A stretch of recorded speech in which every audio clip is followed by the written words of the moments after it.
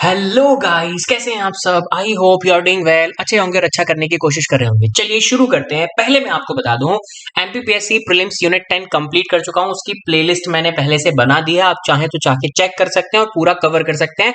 बहुत ही simple easy way में with notes आपको दी गई। ठीक है, अब बात करेंगे आज हम आपके एमपीपीएससी प्रीलिम्स यूनिट 9 के बारे में, जिसका नाम होने वाला है सूचना एवं संचार प्रौद्योगिकी, आपके सिलेबस के अकॉर्डिंग। ओके, अगर मैं यहाँ पर सिलेबस के ये सारे नोट्स में आपको मिलेगा, how to crack MPPSC in first attempt. Okay, तो इसके लिए पूरी प्रॉपर गाइड है आपके नोट्स में प्रोवाइड की गई है। आप चाहें तो वो नोट्स को ऑर्डर कर सकते हैं। ओके, देखिए सूचना एवं संचार प्रौद्योगिकी, तो यहाँ पर आप देखिए इलेक्ट्रॉनिकी के बारे में पढ़ना है, सूचना एवं संचार प्रौद्योगिकी के बारे में पढ़ना है, रोबोटिक्स के बारे में, artificial intelligence, cyber security, e governance, internet तथा social networking sites, e commerce, इन सब के बारे में पढ़ेंगे। तो पहला आज का जो हमारा टॉपिक होने वाला है वो बेसिकली हमारा टॉपिक होगा इलेक्ट्रॉनिकी के बारे में। ठीक है, चलिए तो इलेक्ट्रॉनिकी से शुरुआत करते हैं। बेसिकली इलेक्ट्रॉनिकी क्या है? इलेक्ट्रॉनिकी वो वाली फील्ड है जिसमें हम इलेक्ट्रॉन के फ्लो के बारे में पढ़ते हैं, मतलब करंट के बारे में पढ़ते हैं। अच्छा, इलेक्ट्रॉन मतलब चार्ज, मतलब आवेश। तो बेसिकली आवेश के प्रवाह का अध्ययन हम प्रौद्योगिकी जिस शाखा में करते हैं उसको हम बोलते हैं इलेक्ट्रॉनिकी। अच्छा, अब कहां पर फ्लो? तो कहीं पर भी फ्लो, चाहे वो एक गैस के अंदर फ्लो हो रहा हो, चाहे मेटल के अंदर हो रहा हो, चाहे वैक्यूम में हो रहा हो, निर्वात में जहां पर हवा भी नहीं होती, चाहे वो एक सेमीकंडक्टर में हो रहा हो, चाहे वो एक नैनो मेटल में हो रहा, कहीं पर भी फ्लो हो रहा। अगर हम उस चार्ज के या इलेक्ट्रॉन के फ्लो की स्टडी करते हैं, दैट मीन्स हम किसके बारे में बात कर रहे हैं? इलेक्ट्रॉनिकी के बारे में बात कर रहे हैं। अगर हम इलेक्ट्रॉनिक्स के बारे में बात करें तो बेसिकली हम ज्यादातर स्टडी करेंगे ना, वो है अर्धचालक के फ्लो के बारे में, कि अर्धचालक में इलेक्ट्रॉन कैसे फ्लो होते हैं, उससे हम क्या क्या बना सकते हैं। तो वो इलेक्ट्रॉनिक्स है। अर्धचालक मतलब सेमीकंडक्टर, मतलब जिसमें ना तो ये कंप्लीटली कुचालक होते हैं और ना ये कंप्लीटली सुचालक होते हैं। ठीक है, तो ये याद रखिएगा, इनमें करंट फ्लो होता भी है, नहीं भी होता। ठीक है, तो ये इलेक्ट्रॉन के प्रवाह धातु चालक के माध्यम से विद्युत प्रवाह से संबंध है। ओके, चलिए अब देखते हैं इसमें क्या होता है, इसकी डिवाइसेस क्या क्या हैं जो हमने बनाई हैं इसका यूज करके। डायोड, ट्रांजिस्टर, इंटीग्रेटेड सर्किट, मतलब आपका जो आईसी आप जिसको बोलते हैं, लेजर एंड ऑप्टिकल फाइबर। अगर हम देखें वैश्विक तौर पर इसका विकास क्रम कैसे हुआ, कब कब क्या क्या बना है, तो सबसे पहले हमारे जे जे थॉमसन, क्योंकि सबसे पहले तो इलेक्ट्रॉनिक्स तो बाद में आएगी, पहले तो इलेक्ट्रॉन आएगा गुरुदेव। तो इलेक्ट्रॉन्स आएगा, जे जे थॉमसन उसके लेके आएंगे। वो बोलेंगे हमने देख लिया, हमने देख लिया, देखा है, देखा, हमने इलेक्ट्रॉन देखा है। अच्छा, कब देखा है? 1897 में। किसने देखा था? जे जे थॉमसन ने देखा था। फिजिक्स के एक साइंटिस्ट हुआ करते थे। 1904 में पहली वैक्यूम ट्यूब बनाई गई। वैक्यूम ट्यूब बनाने का आविष्कार किसने किया था आपसे पूछा जाएगा तो आप बोलेंगे जॉन एम्ब्रोस फ्लेमिंग ने, जो कि ब्रिटिश का बंदा है। 1906 में लीडी फॉरेस्ट ने क्या देखा था? ट्रायोड बनाया। क्या बनाया? ट्रायोड बनाया। ओके, ट्रायोड मींस एम्पलीफायर बनाया। एम्पलीफाई करना मतलब होता है समथिंग कुछ बढ़ा देना। क्या बढ़ा देना? क्या बढ़ा रहे हैं? तो देखो मैं आपको बता दूं, जो भी वीक रेडियो सिग्नल आते थे, कमजोर रेडियो सिग्नल आते थे, वीक रेडियो सिग्नल आते थे, उनको स्ट्रांग, उनको बूस्ट अप कर देता था। क्या कर देता था? बूस्ट कर देता था। तो ये काम किसने किया? ली डे फॉरेस्ट ने किया 1906। ओके, उसके ठीक 40 साल के बाद जो आपके 1904 में जॉन एम्ब्रोस फ्लेमिंग ने जो वैक्यूम ट्यूब बनाई थी, उसी का यूज करके पहला एक एनिएक कंप्यूटर बनाया गया, जिसको हम बोल सकते हैं full form electronic numerical integrated and computer. I again repeat, electronic numerical integrator and computer बनाया था 1946 में।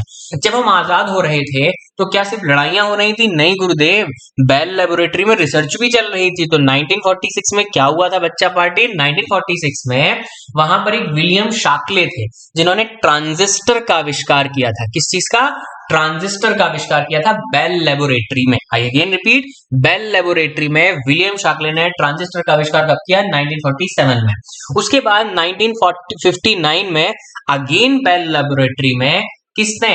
दो लोगों ने, क्या नाम था? मोहम्मद अटल्ला और डाबोन कहंग। आई अगेन रिपीट, मोहम्मद अटल्ला और डाबोन कहंग ने 1959 में बेल लैब्स में ही क्या किया? मॉसफेट ट्रांजिस्टर का आविष्कार किया था। आई अगेन रिपीट, मॉसफेट ट्रांजिस्टर का आविष्कार किसने किया था? दो लोगों ने मिलकर किया था, मोहम्मद अटल्ला और डाबोन कहंग। आपके लिए होमवर्क बता देता हूं मैं आपको, जब तक ये वीडियो फिनिश होगा। मॉसफेट का फुल फॉर्म बताइएगा मुझे, ठीक है।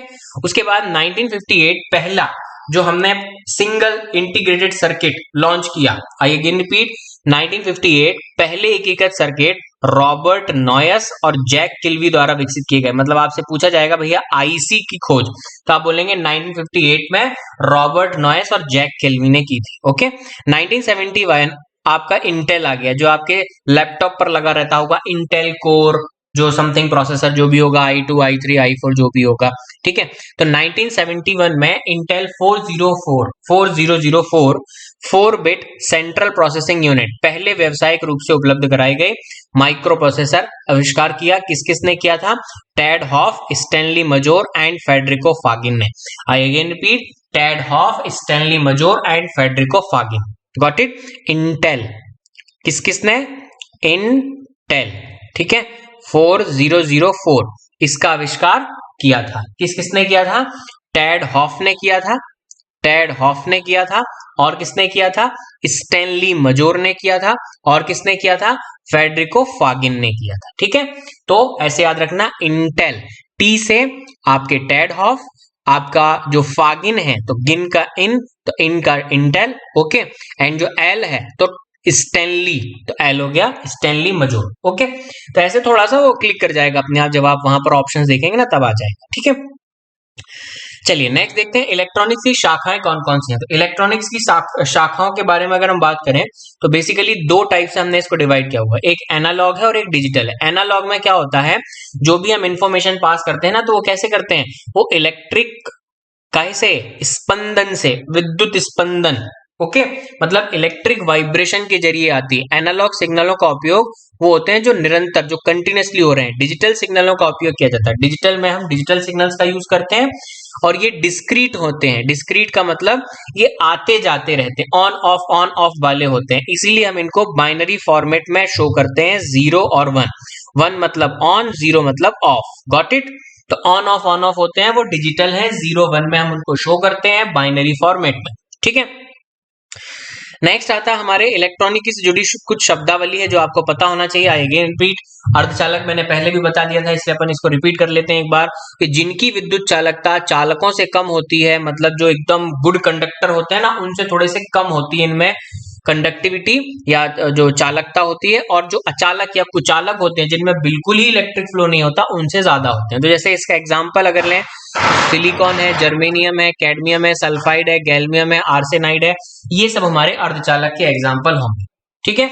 तो ये याद रखिएगा। उसके अलावा प्रेरक या कंडक्टर के बारे में अगर हम बात करें कि प्रेरक या कंडक्टर क्या होता है, तो भैया क्या होता है प्रेरक या कंडक्टर?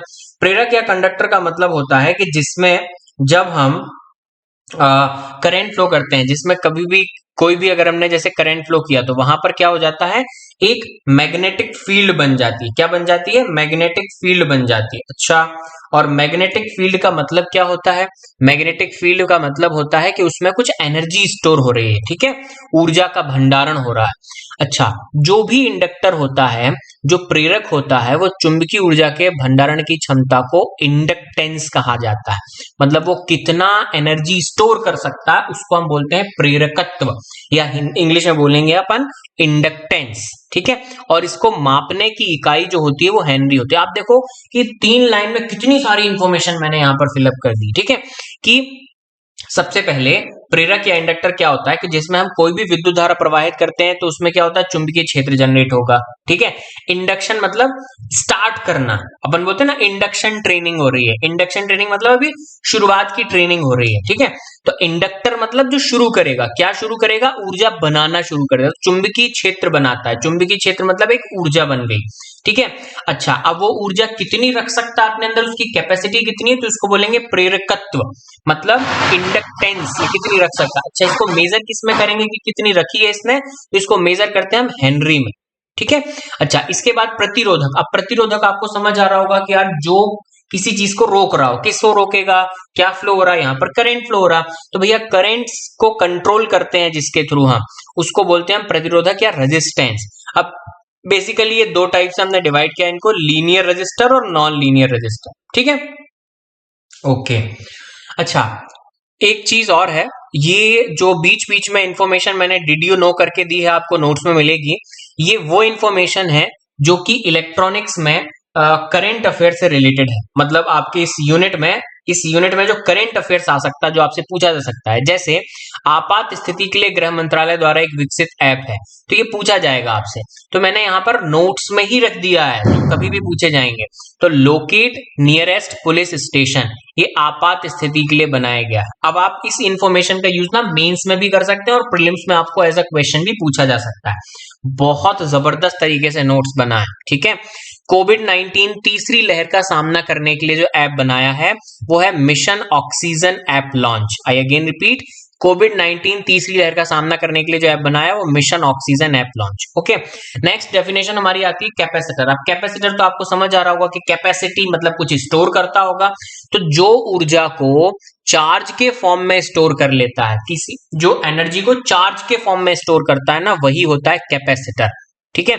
एक छोटी रिचार्जेबल बैटरी के जैसे, बहुत ही कम टाइम में चार्ज हो जाता है और बहुत ही जल्दी डिस्चार्ज भी हो जाता है। इसका ऐसा ही मात्रक क्या होगा, फैराडे होगा, इसको एफ से शो करते हैं। और इसका आविष्कार किसने किया था, तो एवाल्ड जॉर्ज वॉन क्लेस्ट, ठीक है। I again repeat, Ewald Georg von Kleist, ठीक है, याद रखिएगा। नेक्स्ट आता है डायोड। अच्छा, डायोड मतलब जो एक ही डायरेक्शन में, और ट्रायोड मतलब एक से ज्यादा, तो जो करंट को केवल एक दिशा में जाने की अनुमति दे, ओनली वन डायरेक्शन में।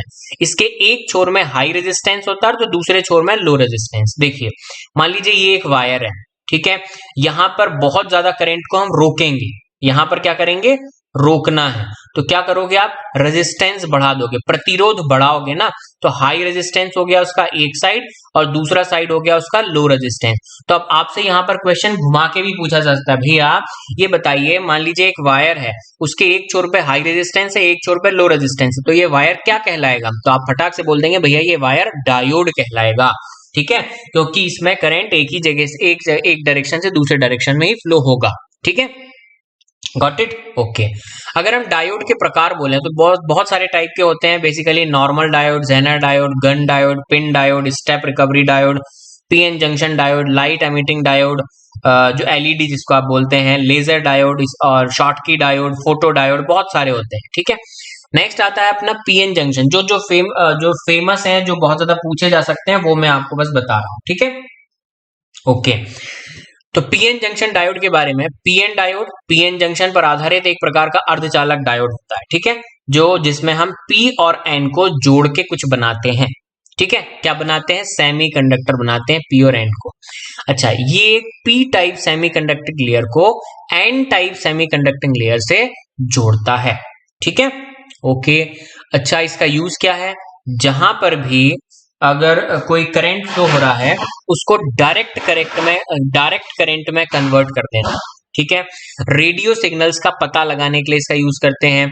उसके बाद लाइट को एमिट कराने में, लाइट को प्रोड्यूस कराने में, कहीं पर आपको लाइट की जरूरत है, जो एलईडी बल्ब्स होते हैं ना वहां पर, तो इन सभी जगहों पर हम पीएन जंक्शन डायोड का इस्तेमाल करते हैं, ठीक है, याद रहेगा, ओके। हमें अगर लाइट का पता लगाना है तब भी इसका इस्तेमाल करेंगे, अगर हमें इसको नॉर्मल करंट को डायरेक्ट करंट में कन्वर्ट करना है तो भी हम इसका इस्तेमाल करेंगे, ठीक है, ओके। डायरेक्ट करंट मतलब समझते हैं ना आप, डायरेक्ट करंट और अल्टरनेट करंट जो होते हैं आपके डीसी और एसी, ठीक है, तो ये डीसी में कन्वर्ट करने के लिए, ओके। नेक्स्ट आता है हमारा प्रकाश उत्सर्जक डायोड। प्रकाश उत्सर्जक डायोड क्या होता है, एक अर्धचालक जिसमें विद्युत धारा प्रवाहित करने पर एक यह प्रकाश उत्सर्जित करता है। जैसे आप उसमें कोई भी करंट फ्लो कराएंगे तो वो क्या करेगा, वो सेमीकंडक्टर है और बेसिकली वो प्रकाश उत्सर्जक डायोड है, तो वो लाइट दे देगा आपको, ठीक है, चमक जाएगा, ओके। सेमीकंडक्टर में इलेक्ट्रॉन ऊर्जा को फोटोन के रूप में हम रखते हैं और ये काफी मात्रा में आपकी बिजली बचाता है, इसलिए अपन ने सारे घर के बल्ब जो है वो या तो अपन CFL लगा देते हैं या फिर अब LED बल्ब लगा रहे हैं, तो जिस वजह से लोग घरों में इस्तेमाल करना पसंद कर रहे हैं इसको, ठीक है। अच्छा, अब इसकी आविष्कार के बारे में तो देखो मैं क्या कर रहा हूं, देखो आपको बड़ा प्रकाश उत्सर्जक डायोड, यहाँ पर आविष्कारक भी लिख दिया, आपको सन भी लिख दिया, ठीक है, तो बहुत गागर में सागर भरने का काम है ये notes. HG Round 1907, Oleg Losev 1927, James R Biard 1961 and Nick Holonyak 1962, ठीक है। तो इन्होंने अलग अलग टाइम पे अलग अलग टाइप के प्रकाश उत्सर्जक डायोड के बारे में बात की है, तो आप सबसे पहले HJ राउंड का ही मानेंगे, ठीक है। उसके बाद आता है हमारा जेनर डायोड। जेनर डायोड का क्या काम क्या होता है, देखो इसके आविष्कारक कौन है, जेनर है, इसीलिए इनका नाम रख दिया हमने जेनर डायोड। तो क्लेरेंस जेनर 1934 में इन्होंने बनाया था। ये एक सामान्य डायोड के जैसे ही बिजली को एक डायरेक्शन में फ्लो करने का काम करता है, ठीक है।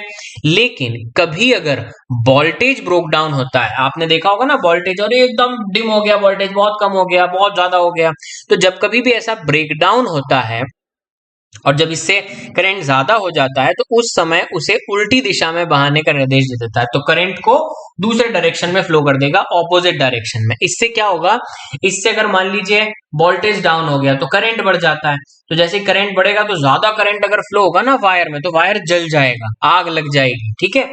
तो इससे बचने के लिए क्या करते हैं हम, ये जेनर डायोड लगा देते हैं, जिसकी वजह से अगर मान लीजिए वोल्टेज कम होता है और करंट बढ़ता है तो वो करंट को दूसरी डायरेक्शन में, लगभग अपोजिट डायरेक्शन में उसको फ्लो कराता है, ठीक है। तो केवल एकदम से आ जाने वाले वोल्टेज से बचने के लिए करते हैं हम, और वोल्टेज रेगुलेटर के तौर पर भी ये काम करता है। I again repeat, Zener diode voltage regulator के तौर पर काम करता है। आपसे पूछा जाएगा निम्न में से कौन सा डायोड है जो वोल्टेज रेगुलेटर के तौर पर काम करता है, तो आप बोलेंगे जेनर डायोड। चलिए लेजर डायोड के बारे में अगर हम बात करें, लेजर, तो लेजर का फुल फॉर्म क्या होता है, light amplification by stimulated emission of radiation. इसमें क्या होगा, इंजेक्शन लेजर डायोड के नाम से काफी ज्यादा फेमस है, ठीक है। उसके अलावा लाइट एमिटिंग डायोड जो है एलईडी की तरह ये काम करेगा, लेकिन इसमें इस्तेमाल होने वाली जो लाइट है वो नॉर्मल बल्ब नहीं होते, उसकी जगह हम लेजर बीम का इस्तेमाल करते हैं, ठीक है। और यही लेजर बीम आपने देखा होगा, आप लाइब्रेरी से कोई बुक इशू कराते हैं या किसी मार्ट में जाकर कुछ परचेज करते हैं तो उस पर जो बारकोड चिपका होता है उसको रीड करने के लिए हम इसका इस्तेमाल करते हैं। तो लेजर पॉइंटर्स, फाइबर ऑप्टिक के अलावा काफी सारे कामों में इसका यूज किया जा रहा है, ठीक है। अब हम बात करते हैं, आपको याद होगा ट्रांजिस्टर के बारे में मैंने आपको बताया था 1947 में विलियम शॉकले ने बेल लैब्स में काम करते हुए जॉन बर्डीन, वॉल्टर ब्रेटेन, इन सभी ने मिलकर इसका आविष्कार किया था 1947 में। और ये एक ऐसा सेमीकंडक्टर होता है जिसका यूज इलेक्ट्रॉनिक सिग्नल और जो इलेक्ट्रिक पावर है उसको स्टार्ट करने के लिए या फिर उसको बढ़ाने के लिए, इंक्रीज करने के लिए, एम्पलीफाई करने के लिए यूज करते हैं, ठीक है।